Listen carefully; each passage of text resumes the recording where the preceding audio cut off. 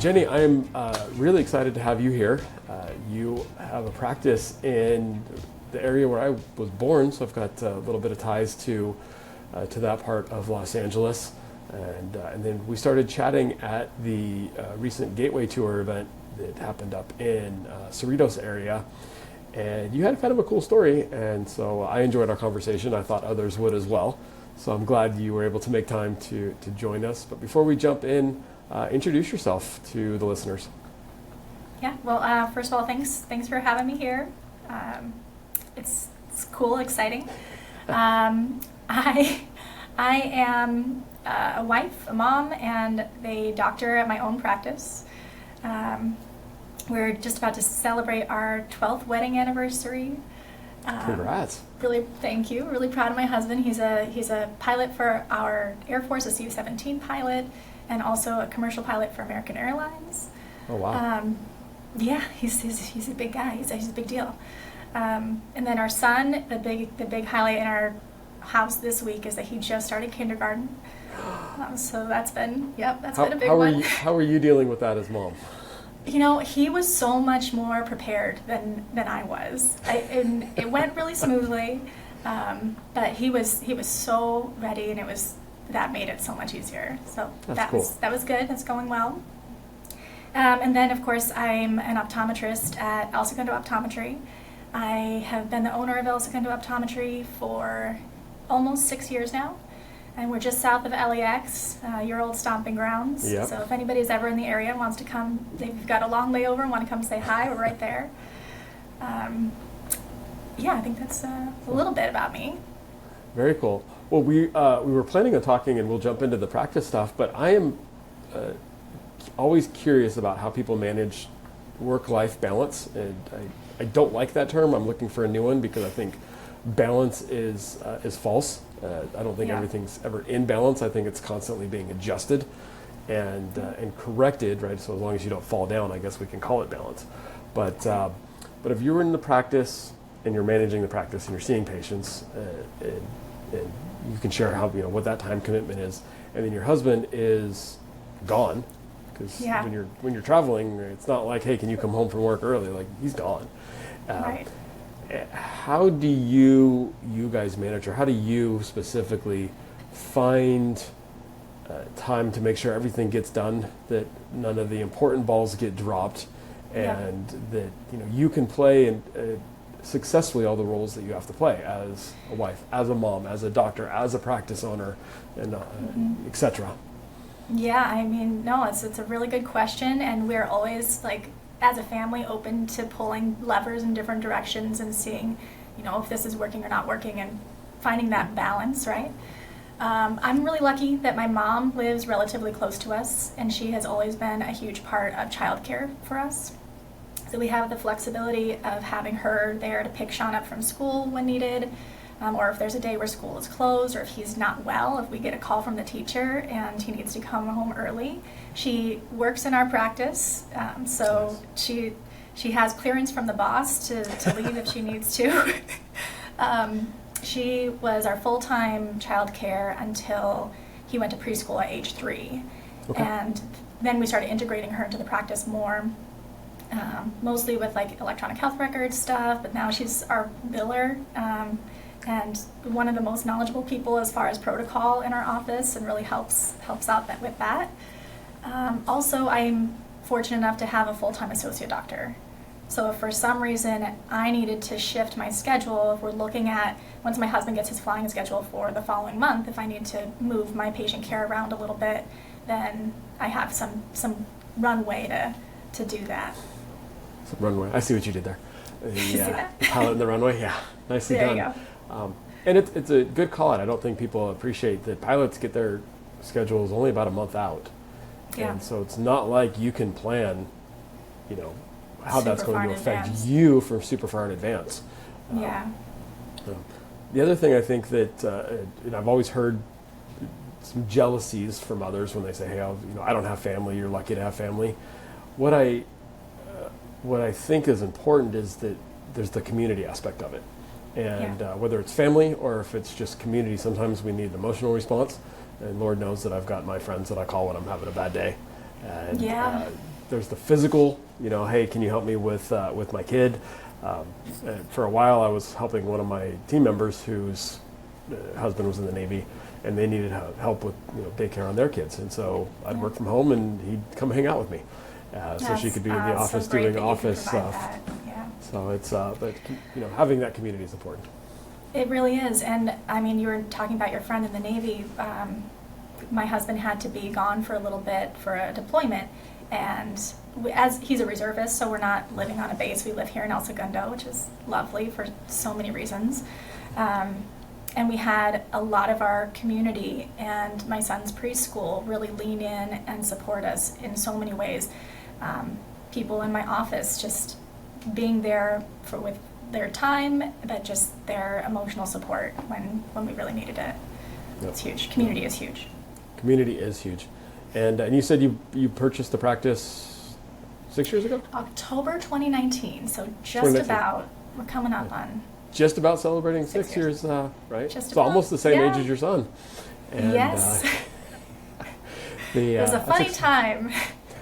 I have known, and I haven't looked at stats of this, but I've known a lot of our female colleagues that have they're owning a practice or opening a practice corresponds to children's being born, and Yeah. so I just that I don't know how moms do what moms do in general, but then trying to be business owner on top of that at the same time, I'm in awe.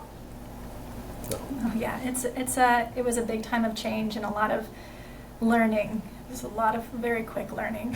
A lot of quick learning. So, Yeah. well, let's use that as a springboard because your practice does quite a bit of you're in primary care, but you also do a lot of pediatrics. Correct. And so I want to dive into this. Myopia management has been a big hot topic in optometry, and it will continue to be a hot topic in optometry as new treatments become FDA approved, whether they're spectacle lenses or atropines or whatnot. So one, kind of give us an overview of your practice, how much time is spent in primary care, how much time is focused on, a specialty, if you will, or an emphasis like myopia management. And then I want to dive into, for those who are listening who aren't currently doing myopia management or aren't a big pediatric practice, how you've really helped to attract that type of patient to your clinic.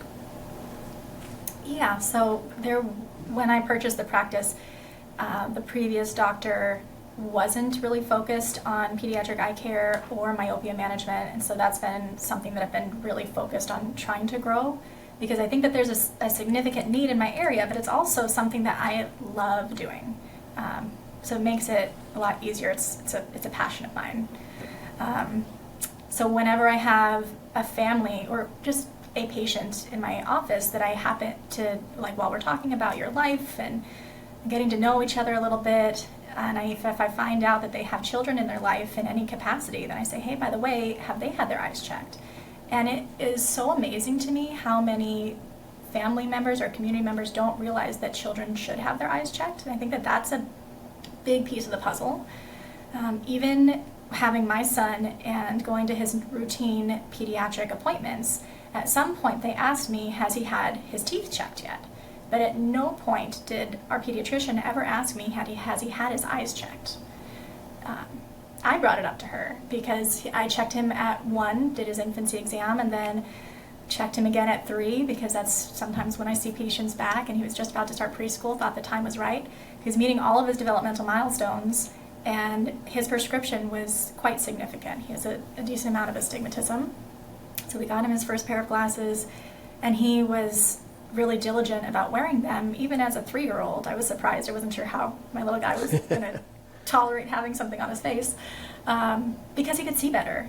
And at that point, he wasn't really able to do the subjective visual acuity, but there were signs. And it was him being able to recognize a number, because he was learning his numbers, and like looking at the clock and not being able to actually tell. Or we would play a game in the car. He would be trying to tell me what freeway we're on. And like he's like, he could actually see 405 instead of just like making up numbers, because he had heard us say it before. So it was neat to have that personal experience and be able to share that with my patients also, that they might be performing really well, but children don't have a baseline of comparison to be able to know what blur is, or to be able to express that to us.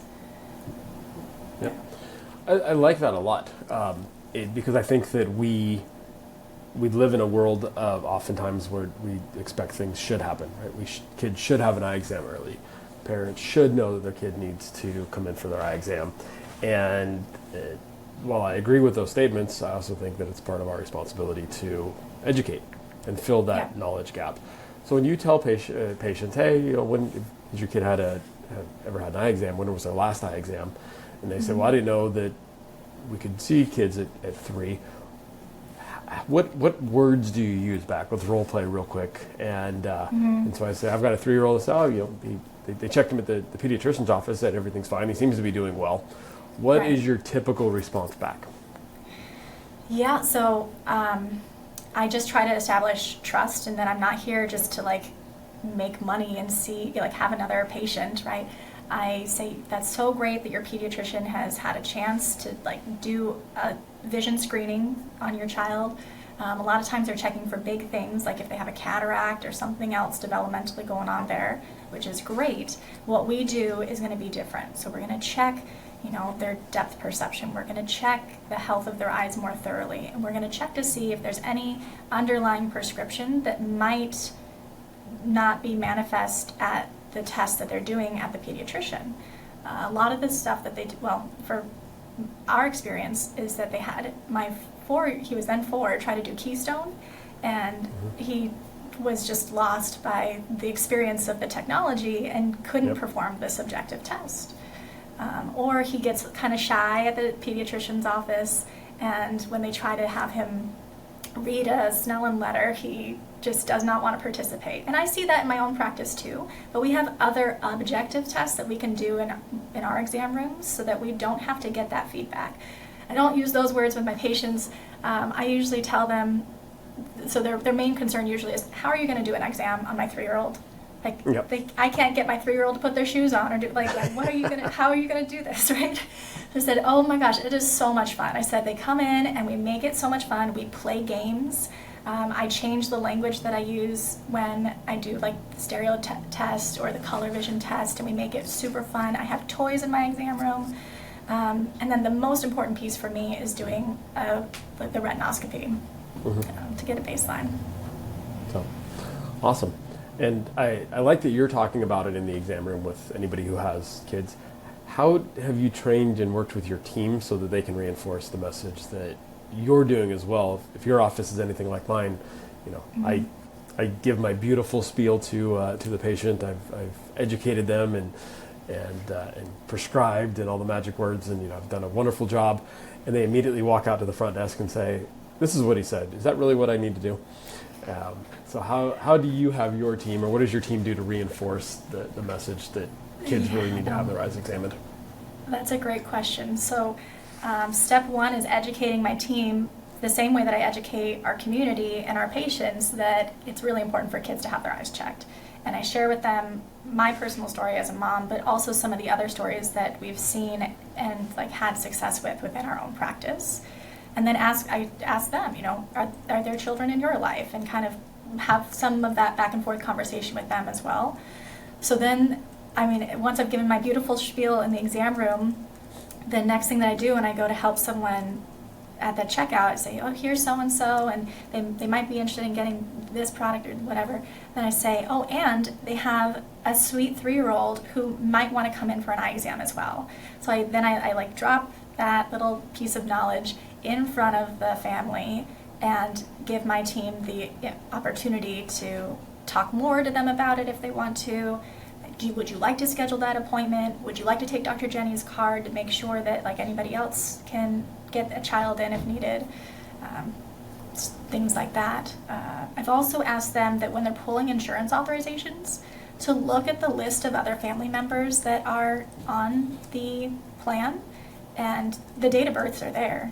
And so have that printed out so that we can bring it up during the exam or while they're checking in. Hey, did you know that you have other family members on your plan? And we'd love to get them in for an eye exam. Sometimes people don't even know that their family is enrolled with them, right? It's just part of their plan. Yeah, that's a couple of really good, interesting points, and we'll go backwards. So, managed vision care is the single most complex thing I think that we have to deal with, and it's frustrating for us. It's even more frustrating for patients, Yeah. and they don't know. To your point, we've found a lot of success scheduling significant others, especially husbands, because as a dude, I'm the least likely to schedule my own exams for anything, unless it has to do with my truck. But when it comes to doctor appointments, I'm a bad patient, and so having significant others schedule for them. Hey, it's been a while since so and so's been in. We should probably get them on the books. Right. I agree with you on that. I like the idea with kids. I love the idea of, hey, here's Dr. Jenny's card. So if you know any other children that need their eyes checked too, we'd love for you to pass it on. So you're helping them help other people. And a simple ask goes a long way. Like, we get intimidated by the ask, but a simple ask goes a long way. Yeah. Yep. And then you mentioned stories, because I love your story and you shared your story. Have you found that some stories resonate more than others with patients? And what I mean by that is that I've got a couple big stories. I have the optometric typical brain tumor story, and I don't mean to minimize it because it was a big deal. But I think that hey, I saw a kid who couldn't see his letters just right out of the backseat of the car, kind of like you talked about yours, tends to have more of a positive impact and a call to action than the big scary stories when I share those. Yeah. I think my personal story with my son is the one that I go to the most. But one of my most impactful stories for me that I've shared with my team as well, and I sometimes bring up to patients if they want more information, I don't want to talk their ear off either, is when I was actually in school. So I was in probably third year clinic, and I had this boy come in. He's like 10 years old, and he has Down syndrome. And he's there with mom and 2 younger siblings, and he's slightly verbal, and just like the happiest patient in the entire world. It was so fun doing his eye exam. But I'm doing my retinoscopy, and something's not, like, things aren't adding up. I walk him out to the autorefractor to just kind of check my numbers and like do a sanity check. And I get some drops going into his eyes, and I recheck his numbers, and everything is consistent. It's like this wild prescription. And again, he's not super verbal, so he's not giving me a lot of feedback. But he's having a great time while we're doing everything. And so I put a trial frame in front of him, and there was a little video I was playing in the corner to try and get his attention so I can do retinoscopy. That's like the hardest thing generally, is trying to get someone to fixate long enough for me to get an accurate reflex. Yep. And so I put the trial frame on, and I'm kind of talking to mom, and he like perks up and he says, "Mickey."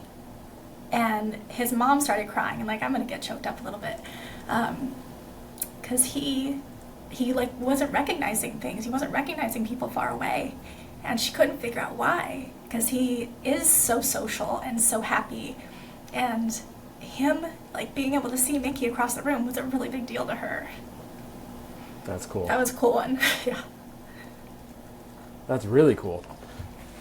And and I think those stories are the ones that make the difference. They're really impactful for me, right? It's that little ones and sharing, and to your point earlier, helping parents understand that your kids don't know the difference between blurry and not blurry. They just know this is my life, until we give them the opportunity to see a difference, literally. Yeah. I mean, and I have my story.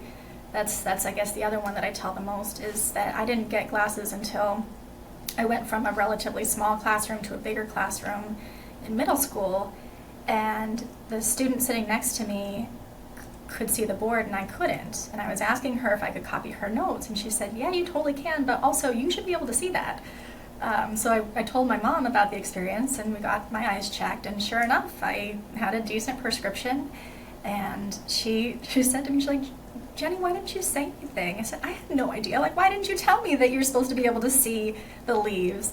And I remember, like, the leaves in the trees, right? That's like the stereotypical thing. Yep. I remember going to the theater, and being able to see the decorations on the costumes and the makeup and the facial expressions so much more vividly.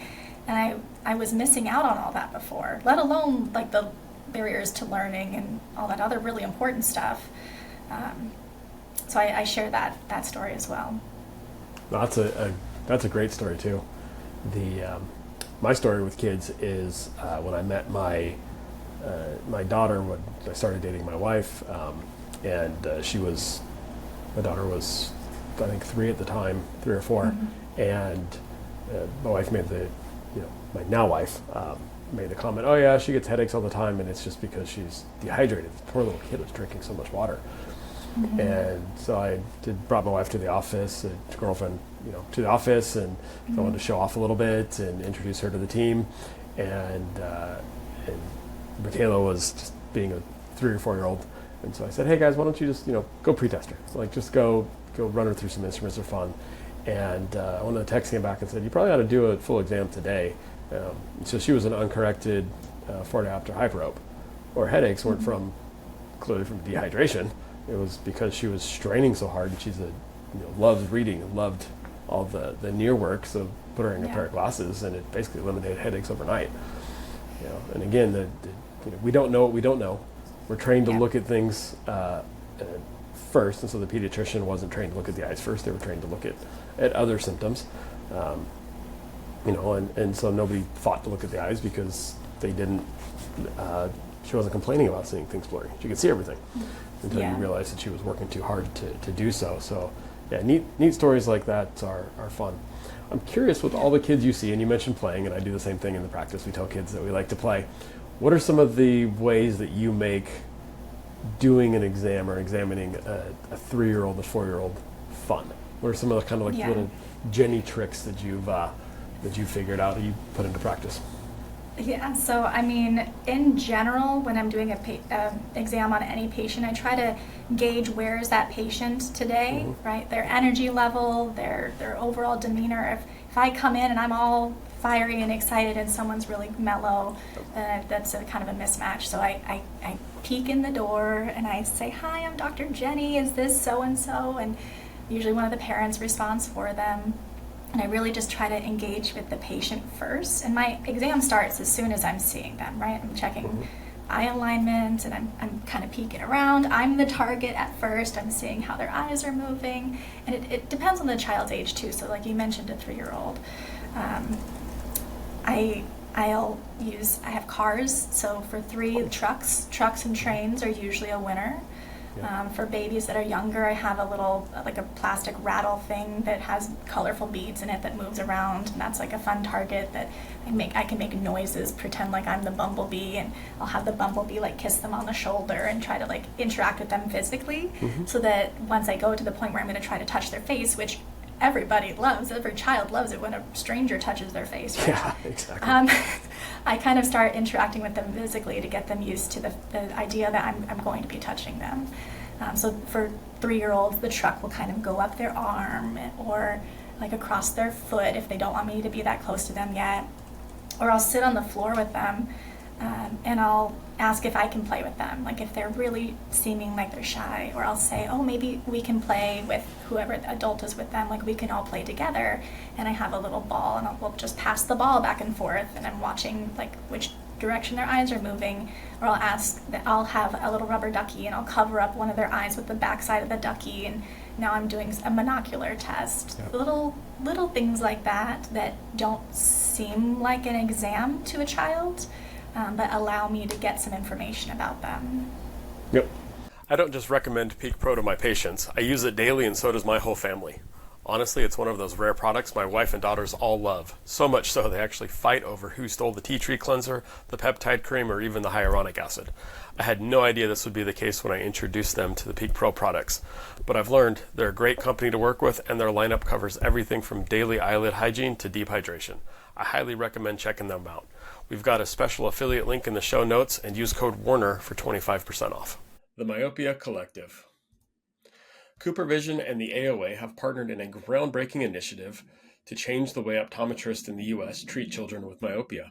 The purpose of the Myopia Collective is to rally the profession of optometry and its allies to interrupt the status quo and elevate the new standard of care for children with myopia.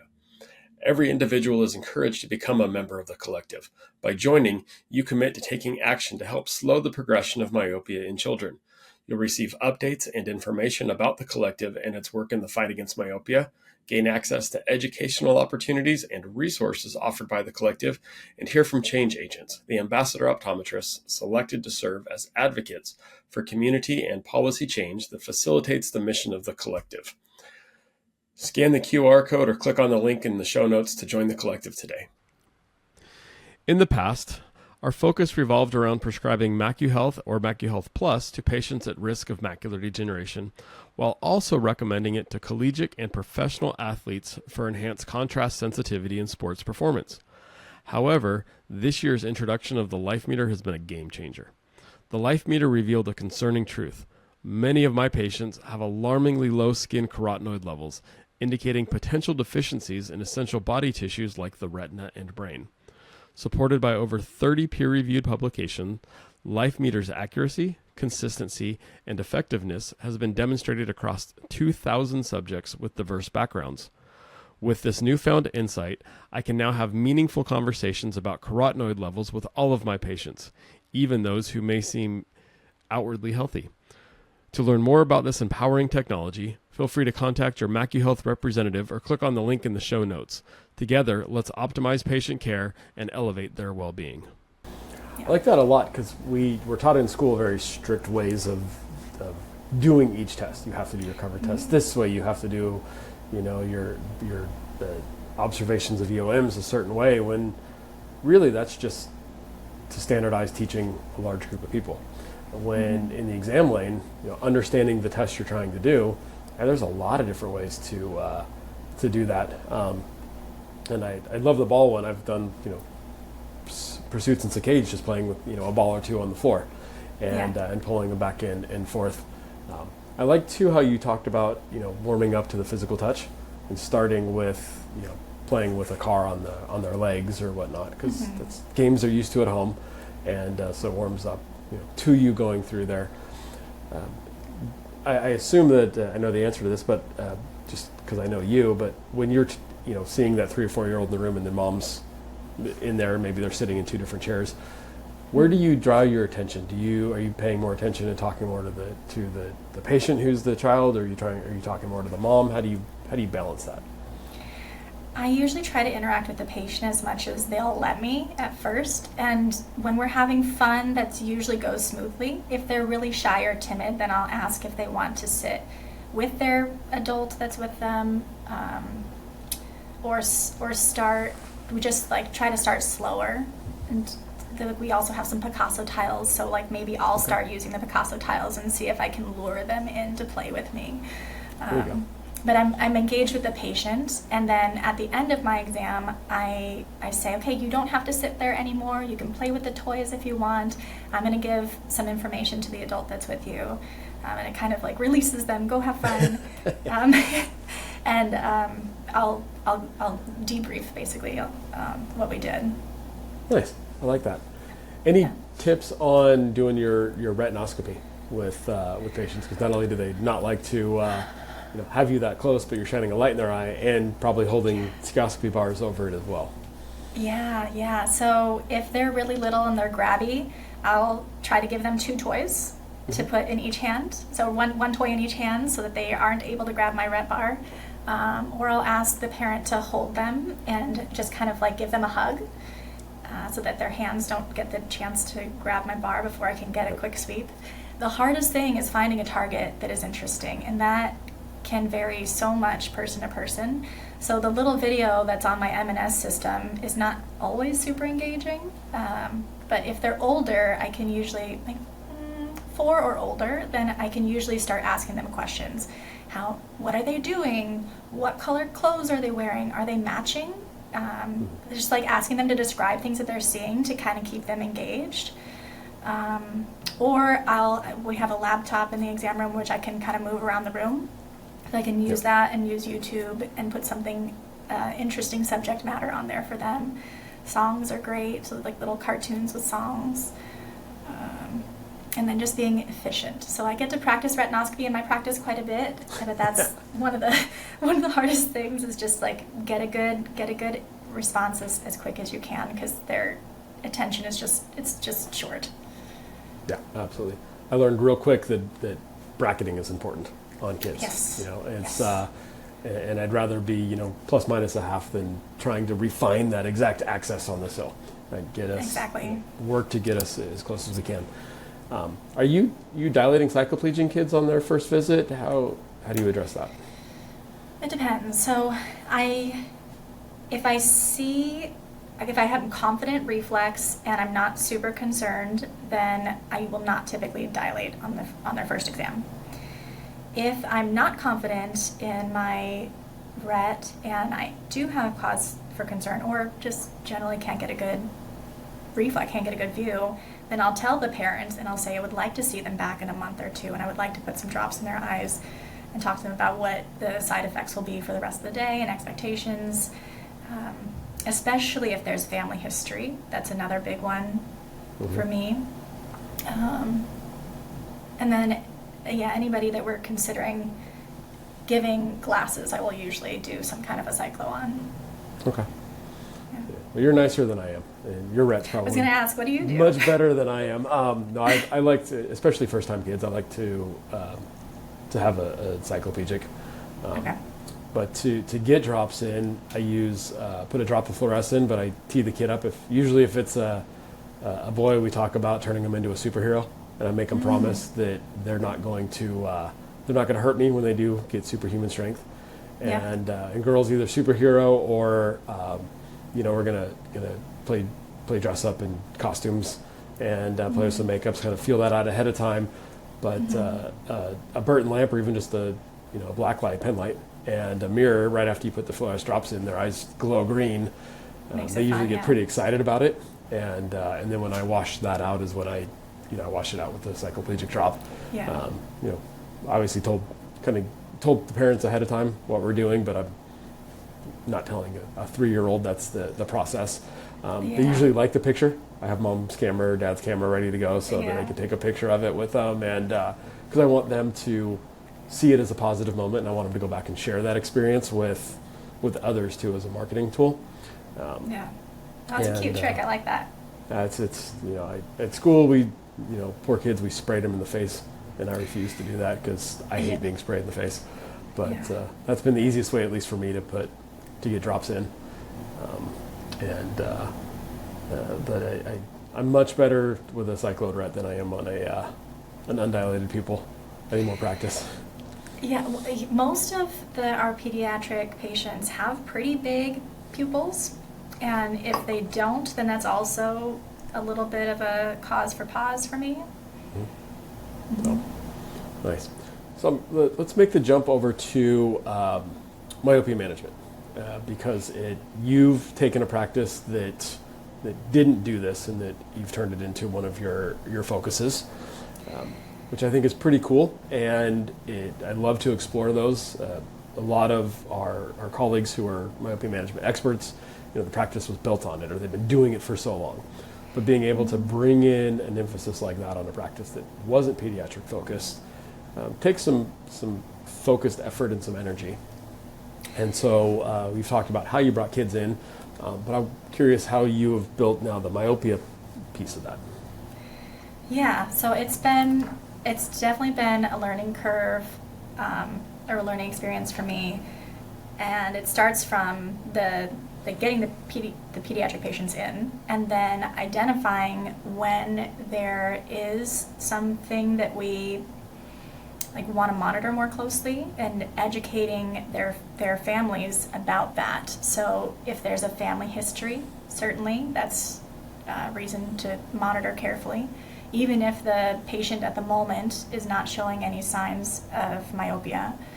And also if by the age 6, if they're not plus 0.75, somewhere in that age range, or that refractive error range, then I also kind of start to flag them and start to educate the family.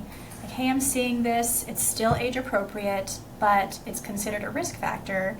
As they continue to grow, they're going to have more visual demands up close, and there's a chance that they can shift, and they can shift in a relatively short period of time. And I've seen it within my own practice. So I see someone that's a plus 50, and the next year I see them and they're minus 50.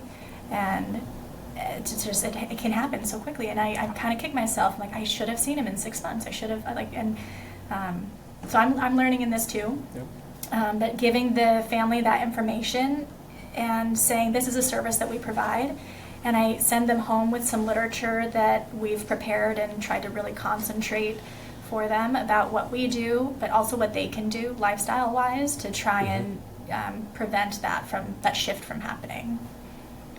Cool, I like that. Do you provide them with any sort of like online resources, websites that they can go read for us? Or you guys just curated a really cool, handout that kind of incorporates it all? It's a handout. It's kind of old school though, and I know that like my site, they have so many resources out there. So many, right?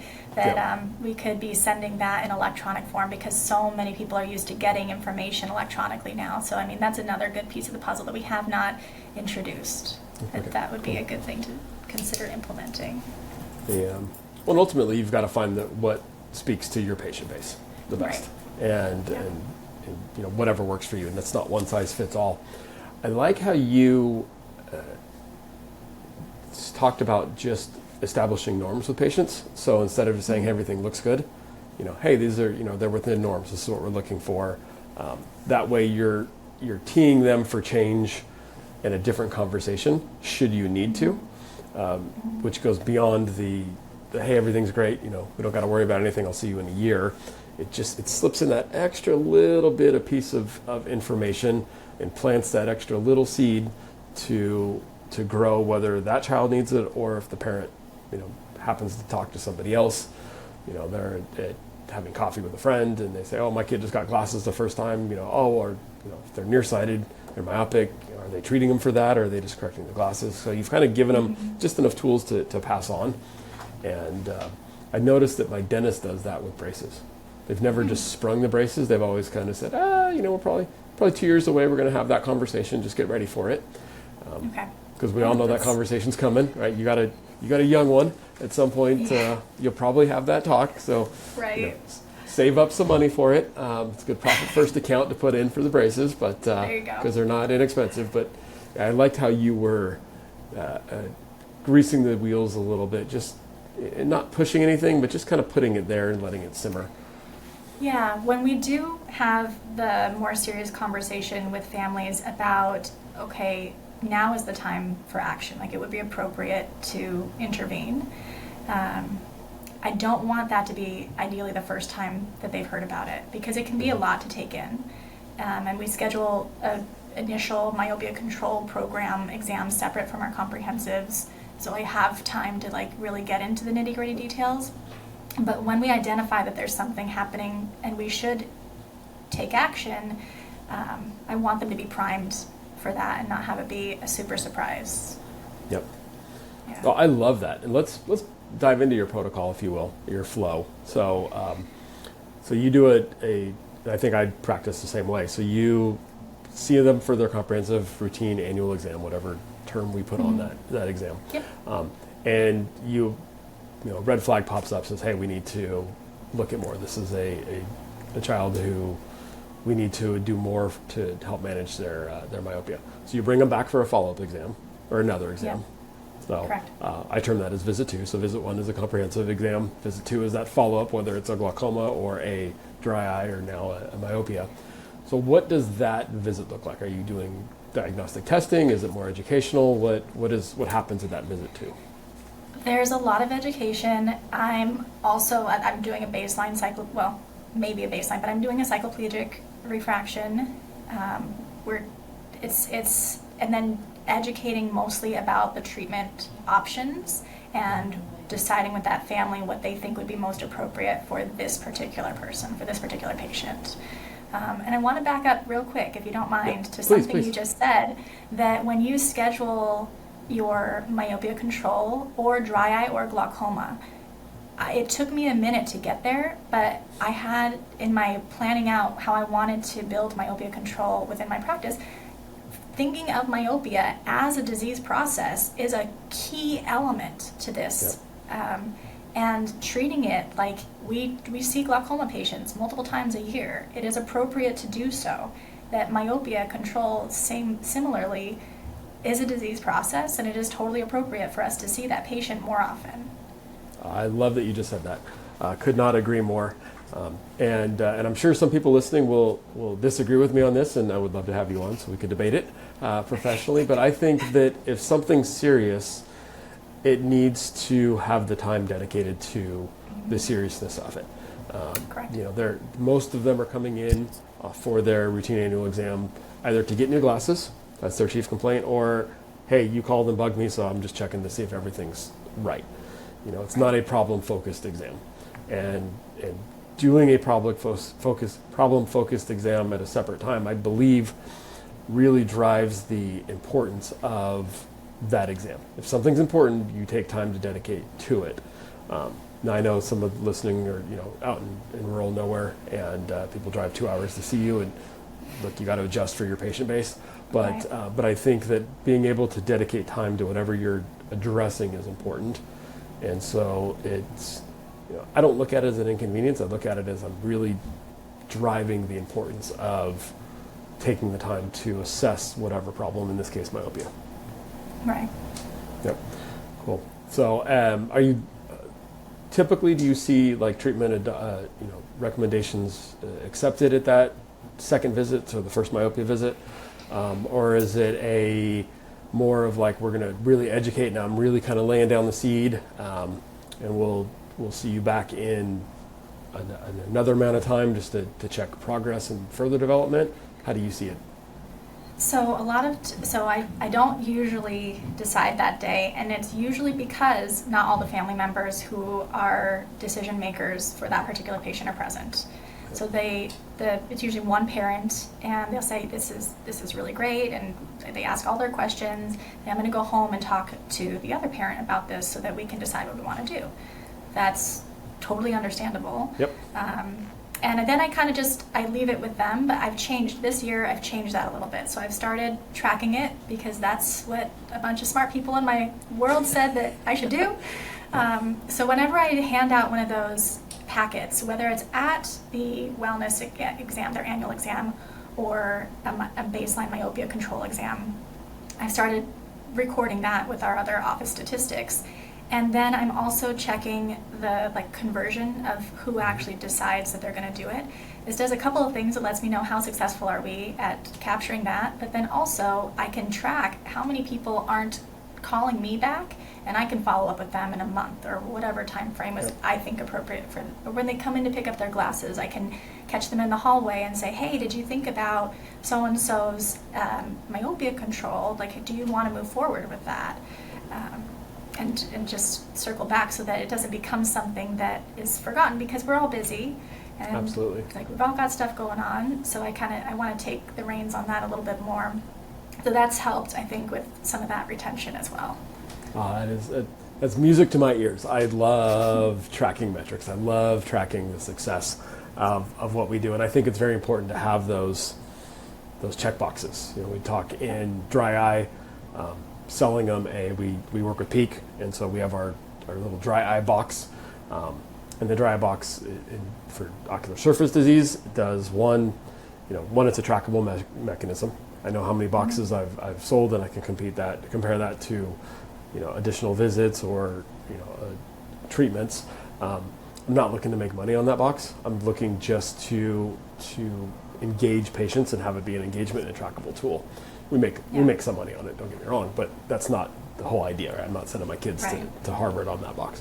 And so I think that same idea concept is important for myopia management. Hey, I've educated this many people, I've given out this many educational deals. What is my outcomes? And so I know what works and what doesn't work, and I can adjust accordingly. That's super important. If somebody doesn't accept treatment that first day, and as a parent, I probably wouldn't either. right? I probably would go back and say, I need to talk to my wife because we're absorbing new information. There's a cost to it that is not insignificant, and we want to be on the same page. Quite frankly, I'm going to say, hey, is my kid going to actually do what we tell them to do? Are we going to do what we're supposed to do, or are we just throwing money at it? When do you usually see them back if they don't accept? Or do you see them back? Is it hey, I'm going to see you in 6 months to do just a refraction check-in? Do you see them sooner than that, less than that? I usually do 6 months. That's pretty typical for me, unless we've already seen change and progression and I want to see them sooner. And I'll have that conversation with the family and say, no, we've been monitoring every 6 months. We've seen change. You know that myopia control is an option for you. I want you to strongly consider that. And if for some reason you decide that now is not the time for that, then I would like to see your child back sooner. I'd like to see them in 3 months or 4 months or whatever that is. Cool, I like that. Are you tracking the prescription changes just on your own in your software? Do you use a different like calculator tracking to show them? Are you using anything else? Just within our EHR, and then I look at past refractions. Okay. Yeah. So spelling it out, yeah, because numbers are powerful, and if you can share somebody a change, we learned that in glaucoma. Everybody wants to know their IOP number. We've convinced them of that. Now with MacuHealth and the Life Meter, they've got their MacuHealth number. So I think numbers are important. People can wrap their brain around a number, right, and direction. So cool, I like that. What are your kind of go-to myopia management treatments, and what's your thought process behind which direction you're going? So we use atropine and Ortho-K and MiSight soft contact lenses. And I present all options to the family members. I tell them that they're all relatively equal as far as how effective they are. So the driving decision factor is typically, what do you guys think would be most appropriate for this person and for you guys as a family? Because sometimes, especially when they're much younger, they're not responsible enough yet to be solely in charge of taking care of their contact lenses or putting in their own eye drops successfully. So it's usually a lifestyle, what's going to work best for this family. Yep. And I love that answer, because there's the clinical answers and we can look at the studies, but if you don't use something, it doesn't help. Exactly. And so you've got to figure out what is going to be used more, what's going to fit in best more. And of course, I think it goes without saying that if you're monitoring the success and the impact of that, and so if you need to adjust or you need to add a secondary therapy, you'd be quick to do so. But you got to see what's working best for that individual, so they're doing something. Yes, and during that initial myopia control baseline exam, I will also tell them we typically start with one therapy, and once we get started, I get to see you more frequently in the first year at least, to make sure that it's actually working the way that we want it to. And if for some reason it's not, then we have this other option to add in a second line of therapy, so that I plant the seed so that if there isn't enough downshift in their refractive error changes, then they know okay, there is something else we can do, and not be totally surprised oh wow, now we have to add in this other thing. And our MiSight rep, put those two words together. Yeah. He came and did a lunch and learn with us, which was really great for our whole team to learn more about that and just myopia control in general.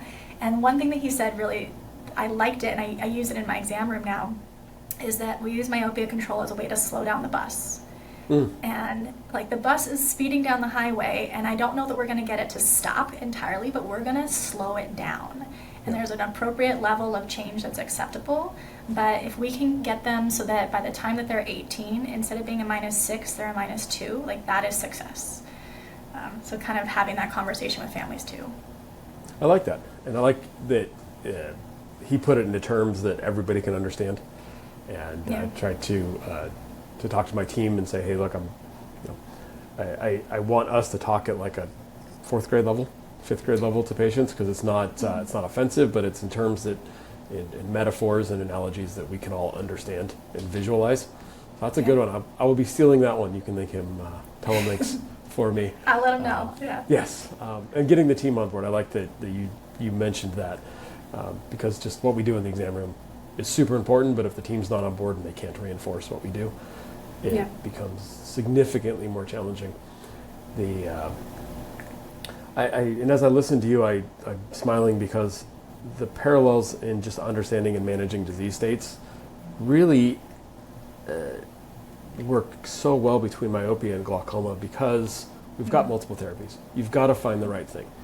I typically go to prostaglandin first, but if somebody doesn't like drops, they hate drops, their dexterity's not good.